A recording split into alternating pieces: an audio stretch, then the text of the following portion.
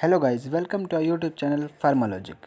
हमने previous video में discuss करा था कि फिनोल्स की फिजिकल प्रॉपर्टीज़ क्या क्या होती है, उसके एसिडिक नेचर क्या क्या फ़र्क पड़ता है और effective substance on the acidity of phenols. So इस वीडियो में हम डिस्कस करेंगे क्वालिटेटिव टेस्ट होते क्या हैं, फिनोल्स के लिए कौन कौन से हम क्वालिटेटिव टेस्ट यूज़ करते हैं और कुछ स्ट्रक्चर कंपाउंड्स के हम स्ट्रक्चर एंड यूजेस देखेंगे। सो शुरुआत करते हैं हम क्वालिटेटिव टेस्ट की। Qualitative test for phenols. Qualitative test क्या होते हैं? ये इसलिए कंडक्ट किए जाते हैं ताकि हमें पता लग सके कोई भी जो अननोन कंपाउंड है लेबोरेटरी में रखा है या फिर हमको गिवन किया हुआ है कि हाँ ये क्या है, उसको टेस्ट करने के लिए कि ये फिनोल है या कोई और कंपाउंड है। सो इसके 5 टेस्ट होते हैं क्वालिटेटिव टेस्ट फॉर फिनोल्स के। पहला होता है लिटमस टेस्ट, दूसरा होता है लिबरमैन्स टेस्ट, तीसरा होता है फेरिक क्लोराइड टेस्ट, चौथा है ब्रोमाइड वाटर टेस्ट और पाँचवा है थाइलिन डाई टेस्ट। सो पहला टेस्ट था litmus test. Phenol turns blue litmus paper into red, this occurs because phenol is acidic in nature. जो फिनोल है, अगर जो हमें गिवन कंपाउंड अगर फिनोल हुआ तो ब्लू लिटमस पेपर को रेड में कन्वर्ट कर देगा। क्यों करेगा? क्योंकि फिनोल एसिडिक इन नेचर होता है। जो एसिडिक कंपाउंड होते हैं वो ब्लू लिटमस को रेड में कन्वर्ट करते हैं और जो बेसिक होता है वो रेड लिटमस को ब्लू में कन्वर्ट करते हैं। दूसरा टेस्ट है लिबरमैन्स test. When phenol is reacted with NaNO2 and concentrated H2SO4, a deep green color is obtained, which change into red when diluted with water. When a little amount of NaOH is added to it, the solution become blue color. मतलब क्या है कि जब हम phenol को लेते हैं और उसको NO2 के साथ रिएक्ट करते हैं इन the presence of concentrated H2SO4, हमें एक डीप ग्रीन कलर का कंपाउंड मिलता है, जिसको हम अगर फर्दर उसको डाइल्यूट करते हैं वाटर के साथ तो वो हमको रेड कलर में कंपाउंड मिलता है, जिसको हम इंडोफिनोल भी बोलते हैं। वो रेड कलर का होता है और जब हम उसमें एक small amount of NaOH sodium hydroxide add करते हैं तो वो जो कंपाउंड होता है हमें इंडोफिनोल साल्ट मिलता है, जो कि ब्लू इन कलर होता है। तो अगर वो कंपाउंड एट लास्ट हमें रिजल्ट में ब्लू कलर मिल जाता है तो हम कह सकते हैं कि हाँ जो हमें टेस्ट करने के लिए कंपाउंड दिया गया है वो फिनोल है। और अगर ये लास्ट में ब्लू कलर शो नहीं करता है तो हम कह सकते हैं कि जो हमें कंपाउंड मिला है वो फिनोल नहीं है। सो इसका थर्ड क्वालिटेटिव टेस्ट है फिनोल का फेरिक क्लोराइड टेस्ट। इसमें हम क्या करते हैं, aqueous solution of phenols react with freshly prepared ferric chloride solution gives coloured complex. Mostly phenols give dark colour. मतलब क्या होता है, एक एक्वस सॉल्यूशन लेते हैं हम फिनोल का, उसको हम फ्रेशली प्रिपेयर्ड फेरिक क्लोराइड के साथ रिएक्ट करते हैं और उससे हमें वॉयलेट कलर का एक कंपाउंड मिलता है। जो मोस्टली हम फिनोल जो रिएक्ट करते हैं वो डार्क कलर का कंपाउंड देते हैं। जैसे कि हमने स्ट्रक्चर में देख सकते हैं, फिनोक्साइड लेजेंड्स को हमने FeCl3 के साथ रिएक्ट किया फेरिक क्लोराइड के साथ, तो हमें ये वॉयलेट कॉम्प्लेक्स मिला है। अगर ये वॉयलेट कॉम्प्लेक्स नहीं मिलता है तो हमें कह सकते हैं कि जो कंपाउंड में हमें मिला है वो फिनोल नहीं है। अगला टेस्ट है ब्रोमाइड वाटर टेस्ट। इसमें हम क्या करते हैं, we take aqueous solution of phenol and add excess of bromide water. हम एक्वस सॉल्यूशन लेते हैं फिनोल का और उसके अंदर एक्सेस में ब्रोमाइड वाटर ऐड कर देते हैं।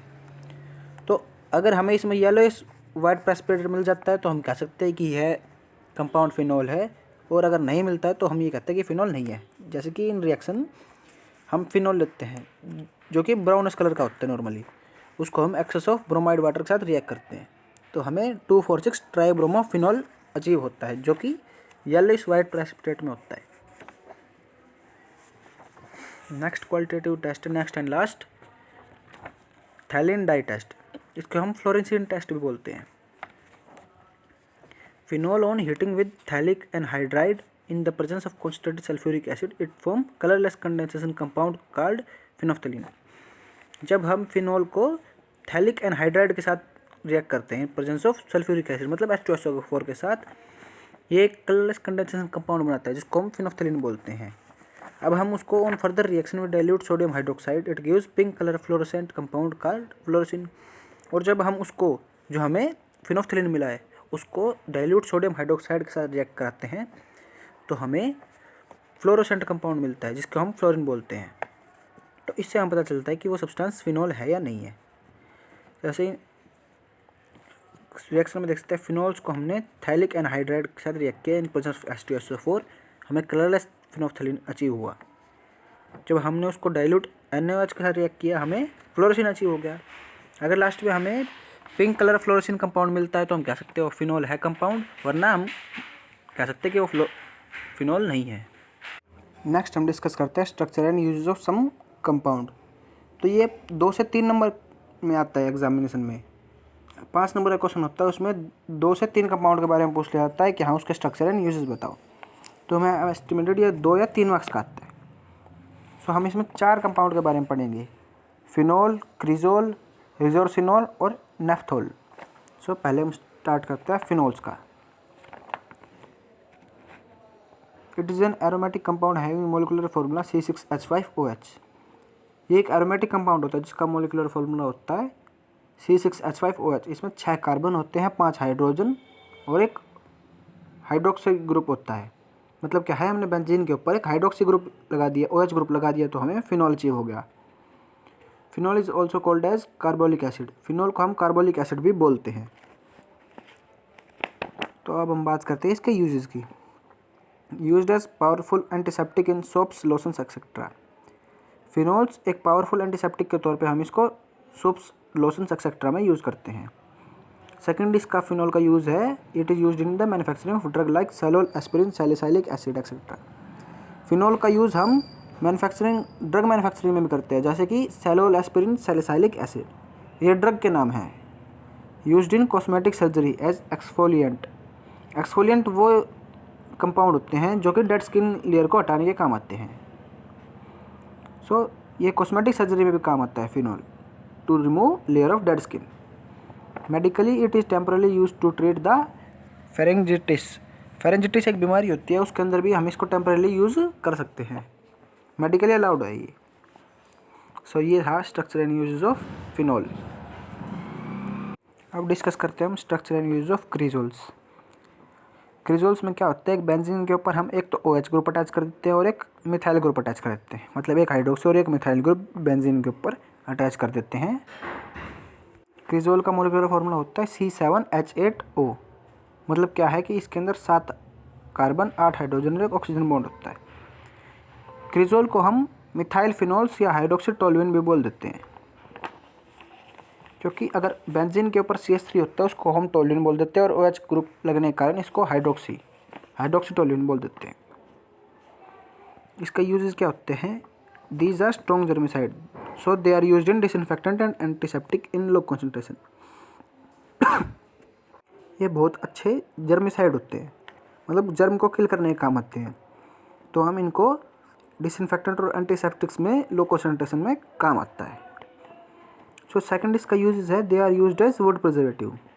ये वुड प्रिजर्वेटिव में भी काम आता है क्रिजोल, मतलब लकड़ियों को दीमक वगैरह से बचाने के लिए क्रिजोल यूज़ होता है। Metacresol is used in making photographic developer and explosive. जो मेटाक्रिजोल है वो फोटोग्राफिक डेवलपर में भी और एक्सप्लोजिव में भी काम आता है। सो ये थे structure and uses of cresols. So next compound हम पढ़ेंगे रिजोर्सिनोल।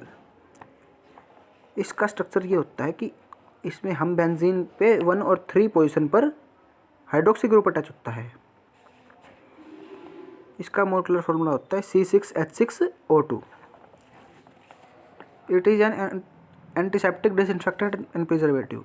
ये एक एंटीसेप्टिक भी होता है, डिसइंफेक्टेंट भी होता है और एज अ प्रिजर्वेटिव भी हम इसको यूज़ कर सकते हैं। Its 2% solution is used in hay fever and in whooping cough. इसका 2% सोल्यूशन हम हे फीवर और वूपिंग कफ में भी मेडिकली यूज़ कर सकते हैं। यूज्ड इन एंटी डैंड्रफ शैम्पू और इन सनस्क्रीन कॉस्मेटिक्स। ये हमारे एंटी डैंड्रफ शैम्पू और सनस्क्रीन कॉस्मेटिक में भी ऐड किया जाता है। Also employed in treatment of gastric ulcer. Gastric ulcer के ट्रीटमेंट में भी हम रिजोर्सिनोल का यूज़ कर सकते हैं। जो नेक्स्ट कंपाउंड डिस्कस करेंगे नेफ्थोल्स की। सो इसका मोलिकुलर फार्मूला होता है C7H7OH। मतलब इसमें 10 मोलिक्यूल होते हैं कार्बन के, 7 मोलिक्यूल होते हैं हाइड्रोजन के और एक हाइड्रोक्सी ग्रुप अटैच होता है। So it is used as an insecticide. ये एक इंसेक्टिसाइड की तरह भी हम इस्तेमाल कर सकते हैं।